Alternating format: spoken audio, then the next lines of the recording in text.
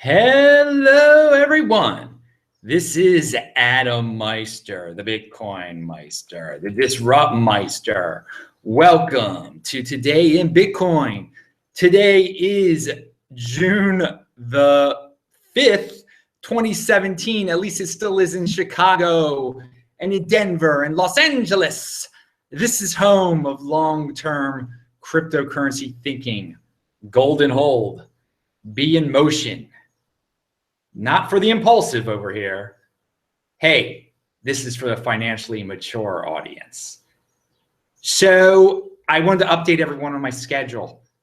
Some things have been finalized here. First of all, I'm leaving Cyprus on June the 14th. I'm going to be in London for at least like 12 hours. And I'm going to need a ride from Gatwick to Heathrow. So maybe I can hang out with some London people during that in between time in London. If you know about that type of thing, just contact me. If not, I mean, I'll figure it out, obviously. So then I'll be in Baltimore, June 15th to 30th. Then Hong Kong, July 2nd to 9th. I'm already meeting with one Bitcoin person there. I'll meet with more of you. We can schedule stuff. Then I'll be in Perth, Australia, July 10th to 17th. I will be in downtown Perth. We can meet up. Then comes the big one. Brisbane, Australia, July 17th to July 31st. Again, July 17th to 31st, I will be in Brisbane, Australia. There have been at least like 7 of you that say, hey, you should have an event. I want to meet you. I want to do, let's organize something, all right? So then it's very important, or we can meet one-on-one. It's going to be a very exciting time. I'm excited to return to Australia for my 3rd time in my life. Obviously, I've never been to Western Australia, not obviously, but it's going to be awesome in Perth. Brisbane, I've never been to either. So I want to point out that then I come back to Baltimore. I leave Brisbane on the 31st, and I travel back to the United States, and I will be traveling on August the 1st. And that is the day of the BIP148, all this segregated witness stuff going down. And so I think that shows that I'm not too worried. I'm not worried. If I'm traveling, I'm obviously not going to be doing shows from the airplane, and I'm not like hunkering down. You know, I know Tone is like, Tone Bays is cutting down on his travel schedule so he can, you know, get everybody up to date on the situation, the SegWit.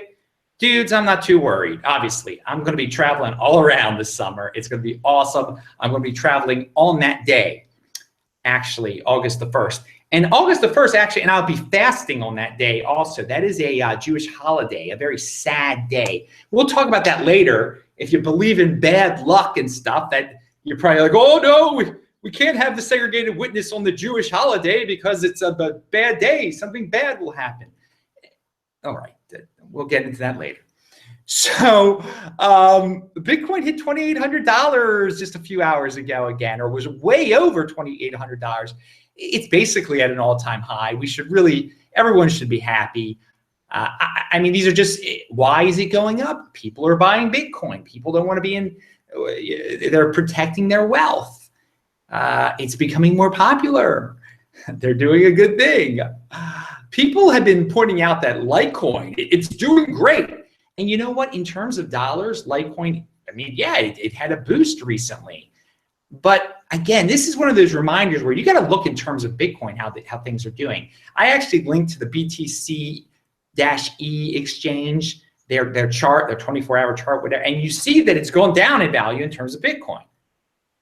So you'd be better off holding Bitcoin. This is a reoccurring theme here, a total reoccurring theme that I bring. You always have to look at the value of if you're into altcoins, and I don't recommend being in altcoins at all. Obviously, Bitcoin, buy and hold. Pound that like button, people, if you're going to be in Australia or if you're an Australian. All right. My intern, Clark, he's on Steemit. I linked to him below.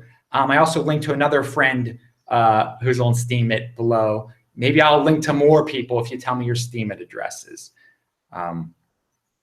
What do we got here? A link to Loop, the guy Lop, James Lop, or whatever. I mess him up. He has the Bitcoin average daily value change. And it's amazing. On average, Bitcoin's been going up daily, on a daily basis. Like, it's amazing. And you compare that to the dollar, which year over year is down in value. We're just turned. I mean, Bitcoin's been good to people. Bitcoin's been very, very good to me.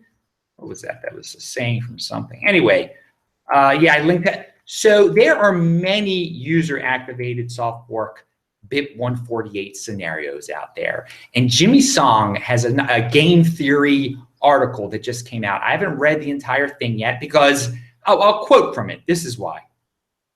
I'm not going to be able to cover all the possible scenarios. In fact, I'm not even going to be able to think up, let alone address even 10% of the possible scenarios. Moves can get as creative as the people involved, and that should never be underestimated. You should definitely not count on things happening the way I'm outlining. Knowing about a scenario generally will make the losing side take action to avoid it. All right, guys, it's complex. Even this expert can't even go over everything.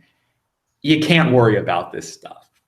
There's a point where you got to have faith that the leverage, that the miners, that these continual increasing price here is going to lead everyone down the correct path of avoiding to Bitcoin. Okay. And so I'm traveling on August 1st. I believe that things will slow down, that there's going to be a buildup to that date where people are going to start hoarding it, where it's just people don't want to be involved with this confusion. They want to be as far away as possible. They're just going to buy and hold, gold it up, gold and hold. And so we're going to have we've talked about events called the halving, the flippening, all these crazy things people try to name. Well, I have a new one for you. August 1st to August 14th, the hoarding, or maybe it'll start before that. The hoarding, the summer of the hoarding. Be ready for the hoarding, and don't be left behind from the hoarding, because you might regret it in a major way. I mean, we could have incredible turbulence indeed, but if people are hoarding, the trend will be going up, up, up. Maybe the hoarding has already started with the price, because you know what? Most people are not technical geniuses here, and they're just going to put their hands in the air and say, you know what? I bought this stuff. I'm buying this stuff. You tech people, do your thing. Or most people I encounter have no clue about this SegWit thing. They don't know about it. They're already natural golden holders, hoarders, or whatever you want to call them. All right, and I think that's fine. I think that's fine that we're getting these non-tech people in who could care less. They just have faith that, hey, there's some technical people behind this. It's going to end up fine. And you know what? That's a reasonable approach to this entire thing. We're in a little bubble here where everybody's talking about 148 and all these numbers, tossing it out. You know what? Most people don't care. So I want to go back though. So some people, you know, there's a crossover. I've talked to people about the GBTC fund, and people enjoy the GBTC fund because they get to play around with it in their 401ks. And for me, and that's great. But if you're still in the 401k mentality, you may want to just update a little bit for the Bitcoin world. And then you might be like, you know what? Why even worry about this GBT? Because a lot of GBTC is really for people who don't want to hold their own Bitcoin. And and there's a lot of those people out there. And a lot of them are just not going to, you know, we're just talking about a tech situation. They're not going to care about that tech situation. But we're in a situation where people are so, like, I get my 401k, I'm going to retire when I'm 70 or 65 or whatever it is now. We in Bitcoin, we have to promote a new definition of what retirement really is. And that you can retire when you're 45, but maybe you can just live a free lifestyle starting in your 30s because of Bitcoin, or just building your lifestyle around acquiring Bitcoin and not being a hyper consumerism type of person who just buys, doesn't know how to save a darn thing. I mean, there's so many articles every day you encounter, and you can just drill down to the bottom of the problem is that the people who are blaming other people for their problems just never saved. And again, don't take personal responsibility. And so here at this channel, I mean, we talk about Bitcoin, obviously. We talk about lifestyle also. But the lifestyle is built around Bitcoin, buying and holding, saving, thinking long-term. If you do all those things and centered around Bitcoin, you're not going to be dependent on a 401k anymore. For me, Bitcoin is my 401k. I mean, I had this little IRA. It's a joke. From back in the day, it's like worth $700 or something like that. And it's gone, what? It's gone over $50 in 10 years, or it's just something completely ridiculous. And some people are stuck in that paradigm still, where they're depending on an incredible amount. And there could be no guarantee when you're dealing with 401ks and stocks and all that stuff. So, cut down on your hyper-consumerism, learn how to save, think long-term, gold and hold, get into Bitcoin, just a complete new paradigm of working for yourself. Some people would say, I'm already retired. I mean, there are people out there like, Adam's never had a real job before. I wish I could say that. I have, when I was much younger, I worked in the .com, I worked in whatever. But that's a glorious thing to say.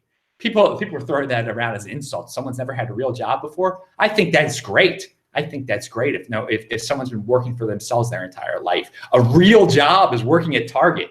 Dude, if you want to have a real job, this channel isn't for you. Go work at Target. Be proud of your Target job. This is, again, we're moving outside of that paradigm here. We're learning how to save again, so you don't have to work at Target and be someone's slave, because that's what it is. And again, if you work at Target, don't blame the world for your problems. Focus on yourself, improve yourself, get on this channel. All right, and pound that like button, people. So here's an email from someone who so in this space that we're in here of a new paradigm, you've got to be careful. And we mentioned Gladiacoin the other day. That is a scam. Well, immediately I get an email. Hi, Adam, I watched your videos on YouTube about Bitcoin. Recently, I watched one on Gladiacoin being a scam. I'm worried now because I've invested $37,000 with them. They are now informing their customers about having problems generating income. I feel a bit suspicious. What do you think I should do? Well, unfortunately, I had to write back this. I mean, it's very sad. Obviously, this person is not getting their $37,000 back. And I told them if there's a way to somehow get money out of them, do it right now. Empty your account. It is a scam. Gladiacoin's a scam. All these things are scams. Just buy Bitcoin, people.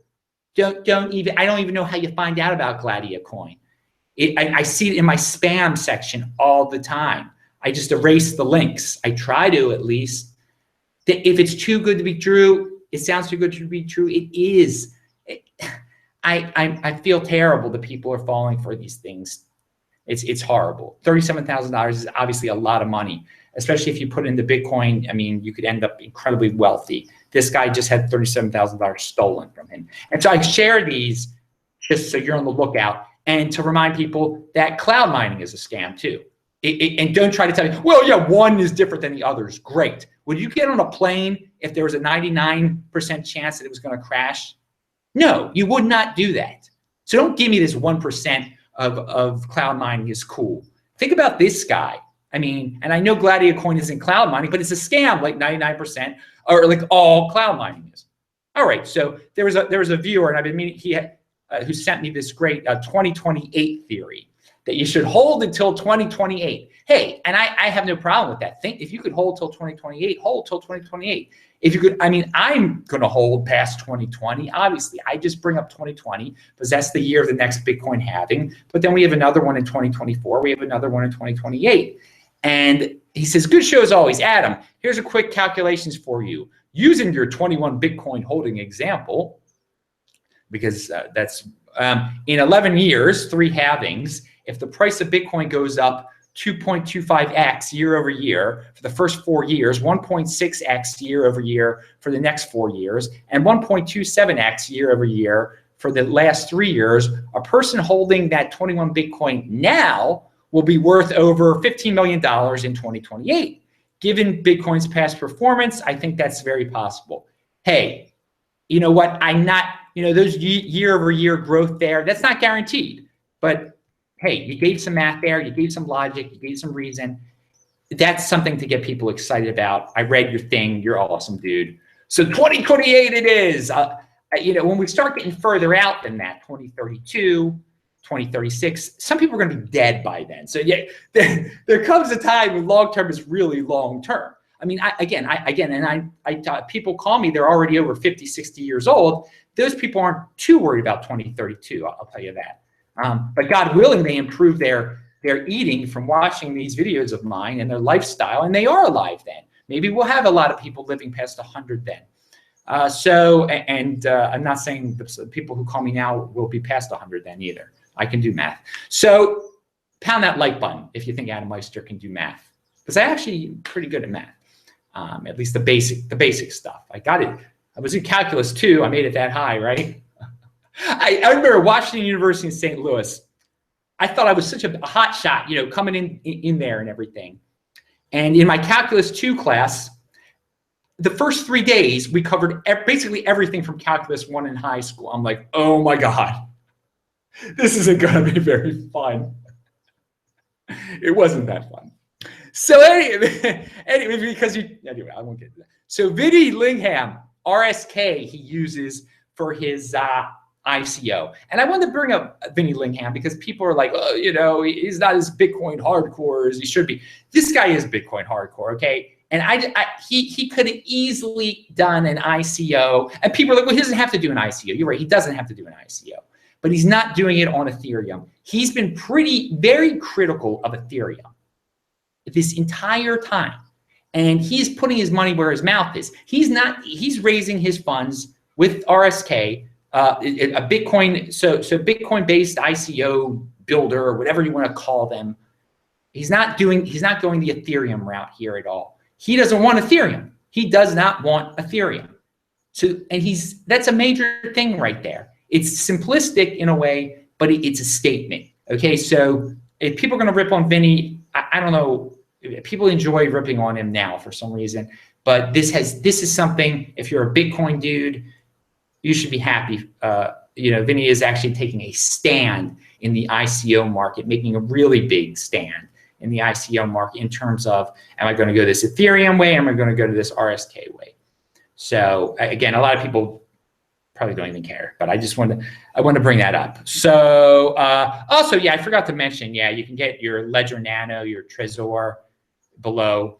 And remember, people, aim for 21 million at cryptohwwallet.com. And there are other links below to get discounts, t-shirts, all this crazy stuff. Always check out my link section below, people. And I hope everyone's enjoying this very late video here. It's still the yesterday, or the June the 5th in Denver. So $21 million, 21 Bitcoin concept. Again, that if you aim for 21 Bitcoin to own, aim high, people. You'll own a millionth of all the Bitcoin ever created. If you try to own 16 Bitcoin, you already own a millionth of the Bitcoin in circulation.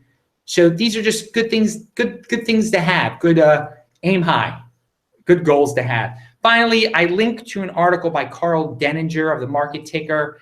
It's not a perfect article, but it comments upon, I think it's a Washington Post or some major, I forgot now, but it's about fat and sick America, how Americans are just addicted to pills, addicted to food, and they're coming from families that no longer have fathers and guidance, and it's really sad on a certain level, but there's no savings involved at all, and healthy lifestyle.